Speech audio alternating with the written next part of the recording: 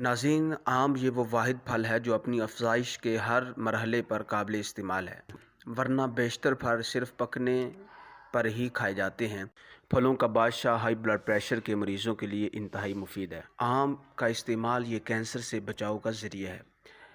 तिबी माहिरीन के मुताबिक आम में शामिल एंटीऑक्सीडेंट आंतों और खून के कैंसर के ख़तरे को कम करते हैं, जबकि गले के गुदूद के कैंसर के ख़िलाफ़ भी ये मौसर किरदार अदा करते हैं।